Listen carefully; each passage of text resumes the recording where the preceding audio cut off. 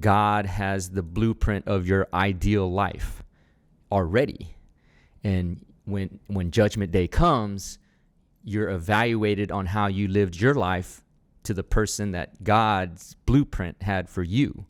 So you could fall short of it and have an eternity of regret, or you can live up to it or exceed it, that blueprint, and therefore that would be quote unquote happily ever after, kind of, heaven, the version of heaven. What's up, Fantastic Friday? Fantastic Friday. Yo, what's up?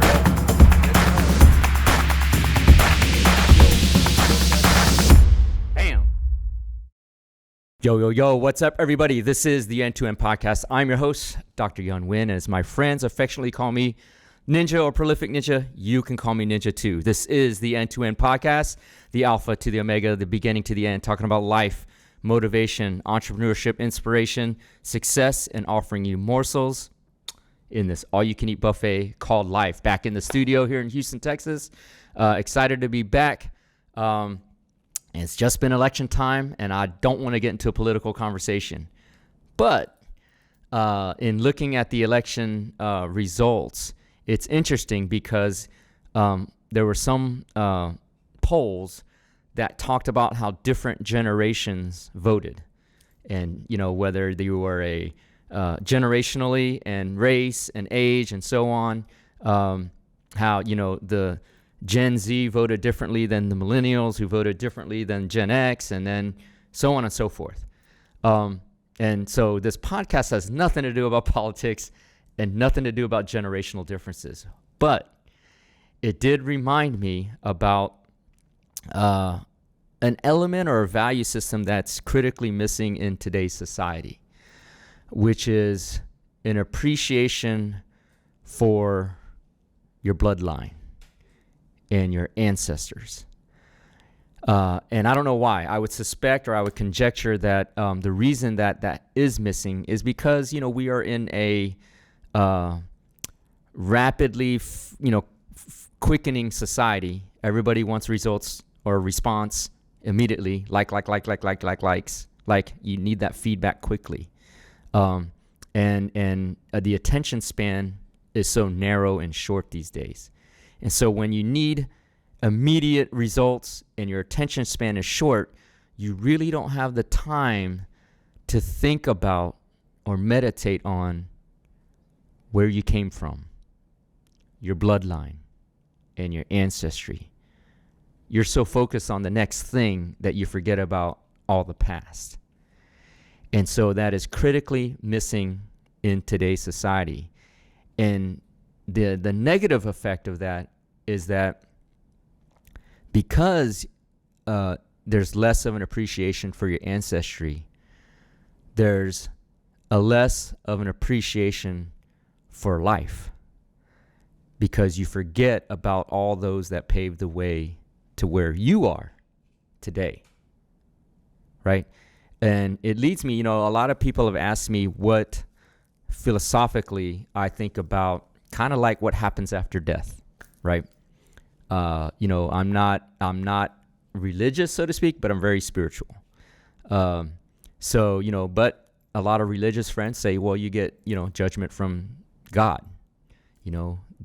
However you view that in your mind, you go to heaven or you go to hell, but you're judged by someone.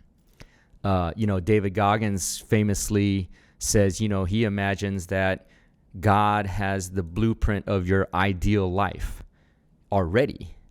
And when Judgment Day comes, you're evaluated on how you lived your life to the person that God's blueprint had for you.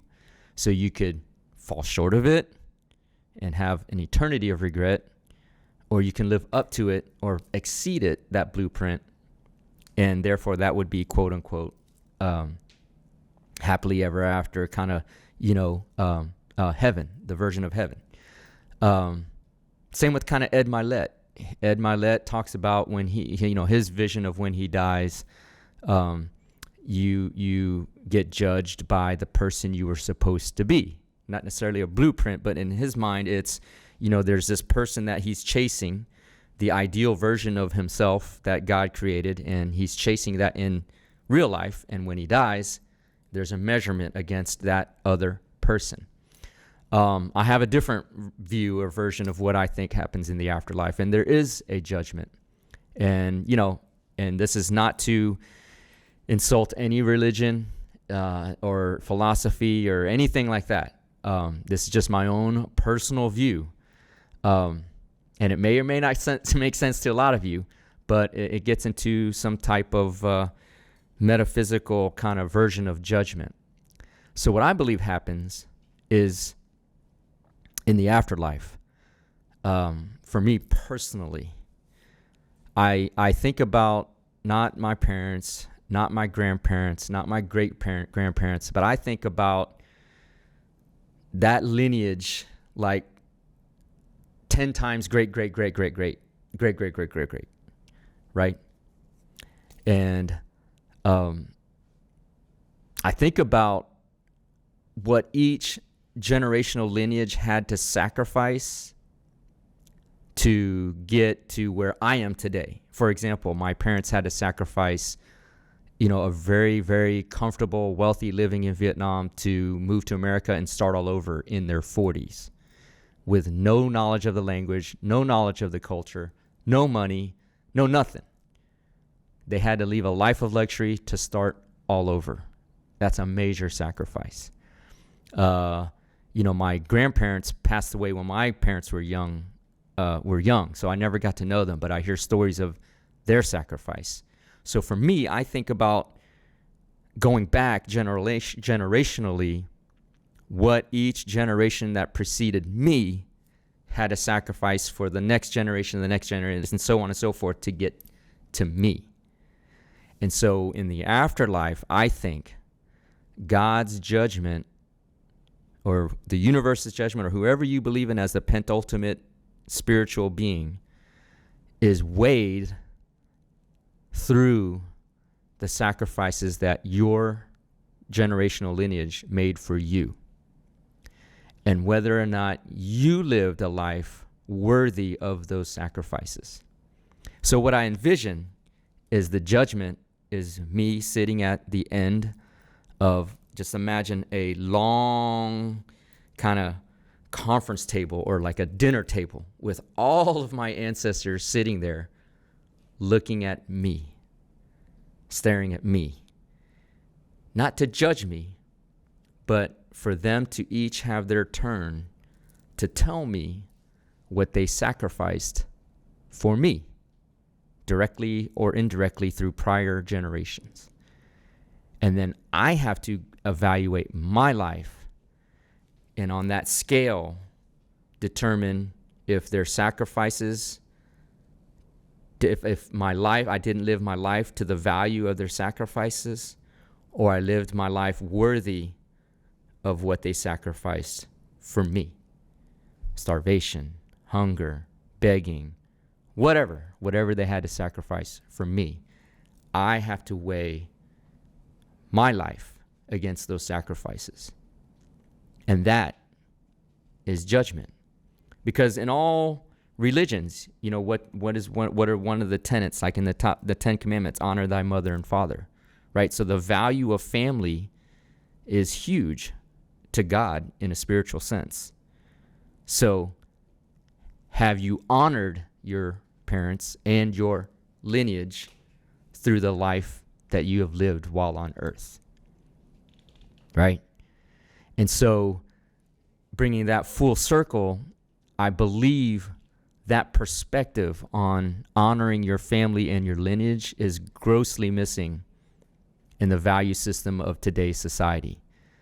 For whatever reason, we just don't focus on that much, if any more. And, it's something we may want to pay attention to societally, but all that relies on you paying attention to it individually and your perspectives on the value of your ancestry and your lineage. Not as a gimmick to figure out what your DNA is and, what your heritage is, but more so from a spiritual sense, a philosophical sense, and a value system sense. How much do we value the sacrifices of our generational lineage, what they've done to get you to where you are in the life that you are living now. And for those of y'all who are parents, I'm a parent. I know we sacrifice a lot for our kids. We sacrifice a ton. Some of you single moms out there, you sacrifice everything to try to give your kids a better life. Single dads too, right? How would you feel if your child didn't care about what you sacrificed or didn't live a life worthy of your sacrifice? And on his or her judgment day, when you're at that conference table looking at your child and explaining to them so that they can comprehend and understand the sacrifices you made, how would you feel if they did not live a life worthy of your sacrifice? Right? That would, I hope, create a large amount of regret in them.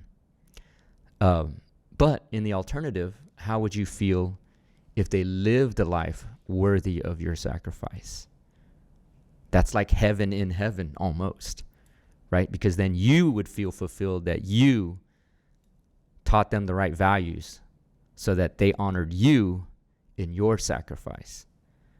So, again, kind of an esoteric, metaphysical type podcast conversation today or topic today, but just through this election period, it just kind of triggered some thoughts in my head about that I've had for a long time about how I view the afterlife and what actual judgment day is when it's all said and done, only to inspire you to make sure you live a life worthy of all the sacrifices that have been made for you in your ancestral heritage to become the person you are today, and how that can inspire you to become a better person or the greatest person you can become in your lifetime. Again, that's one of the missions of this podcast, and why I started this podcast is to help everyone fulfill their greatest controllable potential. And that's how we inspire billions across the planet, when we become our maximum potential and fulfill what we can fulfill with all the gifts that God has given each and every one of us. So live a life worthy of all the sacrifices made for you to live your life today. If you found value in this podcast or any other episode, please do like, share, comment, subscribe, turn on your notifications when we drop new content. Follow me on all platforms at N2 podcast, N2 podcast. And again, we do have prolific Q&A. So if you have any questions you want me to talk about on the podcast, send an email to ask at the N2podcast.com. I look forward to bringing you another episode very, very soon. Thanks for listening. What's up,